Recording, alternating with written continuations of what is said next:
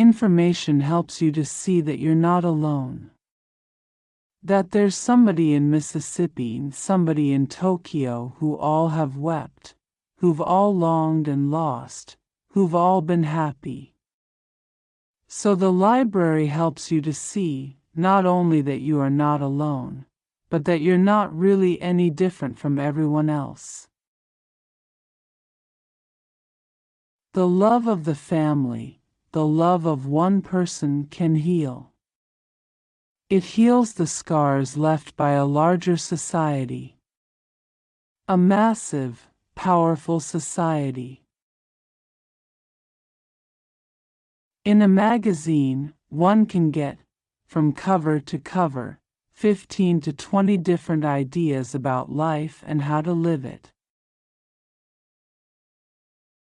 You have to develop ways so that you can take up for yourself, and then you take up for someone else.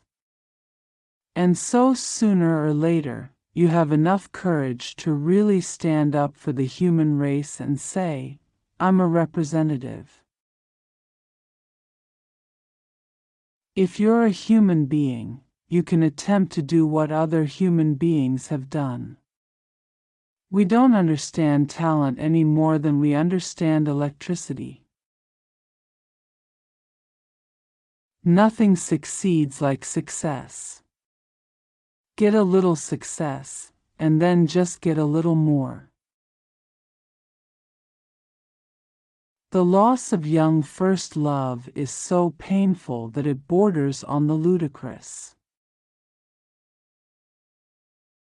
I keep a hotel room in my town, although I have a large house. And I go there at about 5:30 in the morning, and I start working. And I don't allow anybody to come in that room. I work on yellow pads and with ballpoint pens. I keep a Bible, a thesaurus, a dictionary, and a bottle of sherry. I stay there until midday. Loving someone liberates the lover as well as the beloved. And that kind of love comes with age.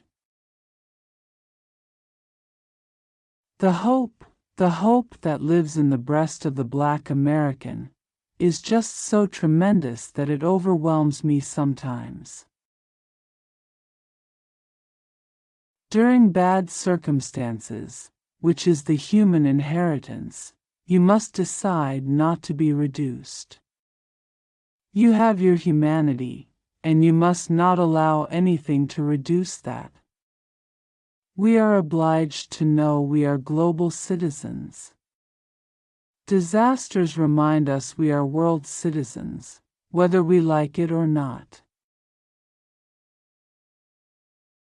A Black person grows up in this country, and in many places, knowing that racism will be as familiar as salt to the tongue. Also, it can be as dangerous as too much salt. I think that you must struggle for betterment for yourself and for everyone.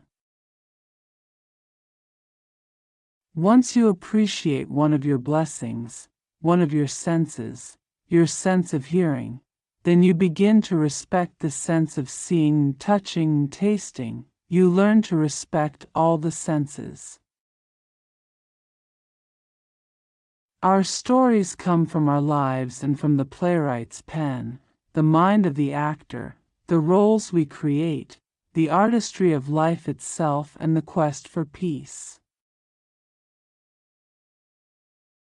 I would be a liar, a hypocrite, or a fool, and I'm not any of those, to say that I don't write for the reader. I do. But for the reader who hears, who really will work at it, going behind what I seem to say. So I write for myself and that reader who will pay the dues. I've read everything Thomas Wolfe ever wrote. My brother and I memorized whole chapters of You Can't Go Home Again and Look Homeward, Angel. Whenever something went wrong when I was young, if I had a pimple or if my hair broke, my mom would say, "Sister mine, I'm going to make you some soup."